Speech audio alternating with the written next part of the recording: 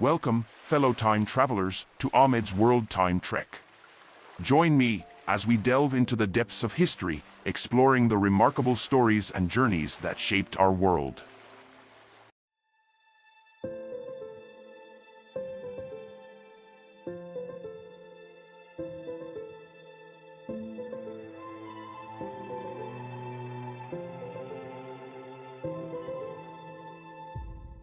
On July 12, 1790, the National Assembly passed a significant piece of legislation known as the Civil Constitution of the Clergy. This law aimed to exert government control over the church and abolish monastic orders. One of its key provisions was the requirement for priests to take an oath of loyalty to the state, which caused a division among the clergy. Some priests, known as juring, took the oath, while others, the non-juring priests, refused to do so. This decision led to a split within the First Estate, and in March the following year, Pope Pius VI denounced the civil constitution. The revolutionaries, fueled by a general hostility towards Christianity and the Roman Catholic Church, took further steps to distance themselves from religious institutions. By November 1793, Notre Dame Cathedral in Paris was rededicated to the cult of reason, reflecting the rejection of traditional religious practices. And 6 months later, Maximilien Robespierre, a prominent leader of the Jacobins, passed a decree establishing the pantheist cult of the Supreme Being. Amidst these revolutionary changes, Napoleon found himself in support of the civil constitution of the clergy. He expressed his views in a pamphlet that proved to be inflammatory. In fact, Napoleon and his brother Joseph narrowly avoided being lynched by a religious procession in Ajaccio after its publication. It was thanks to a bandit named Trentacoste that they were saved, and Napoleon would later reward him when he became first consul. In July 1790, another significant event took place as Pasquale Paoli, at the age of 65, returned to Corsica after 22 years in exile. Napoleon and Joseph were part of Ajaccio's reception committee, eagerly welcoming Paoli back to his homeland.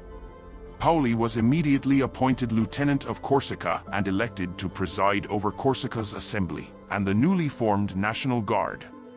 However, his relationship with the Bonaparte brothers was strained. Paoli saw them as the children of a collaborator and made little effort to retain their loyalty, despite Napoleon's eagerness for his approval. One of Paoli's first controversial acts was relocating the capital from Corte to Bastia, which irritated the inhabitants of Ajaccio, including the Bonaparte family. It was said that a clash occurred between Napoleon and Paoli during a tour of the battlefield of Ponte Nuovo, where Napoleon's critical remarks about troop dispositions infuriated Paoli.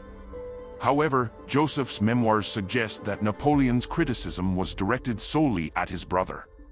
While Joseph was elected as one of Ajaccio's deputies to the Corsican Assembly and later became the president of the city's executive government, known as the Directory, Napoleon did not achieve similar success. He failed to be elected as a deputy or secure a senior position in the National Guard. Frustrated by the situation, Napoleon expressed his disappointment in a letter to Charles-André Pozzo di Borgo, describing the city's inhabitants as bad citizens, and expressing his desire to remove certain members from the town council.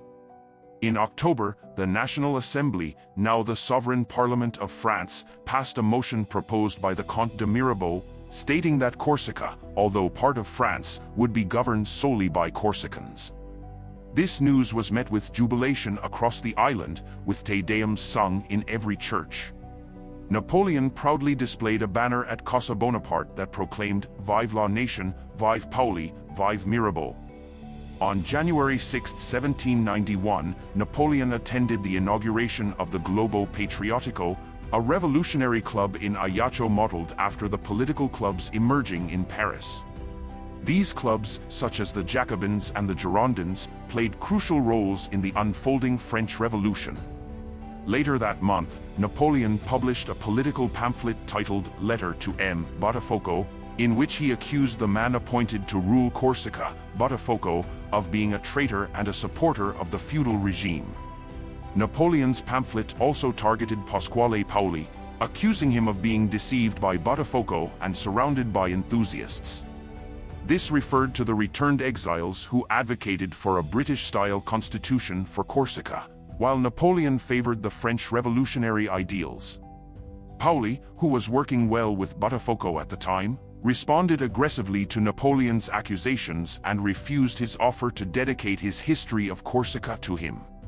Paoli believed that history should be written with maturity and balance, dismissing Napoleon's youth as a hindrance to such a task.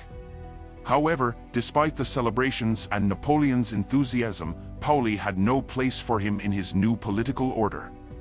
As the Paolists began to clash with the Paris government, the Bonapartes remained loyal to the National Assembly and its successor, the Convention.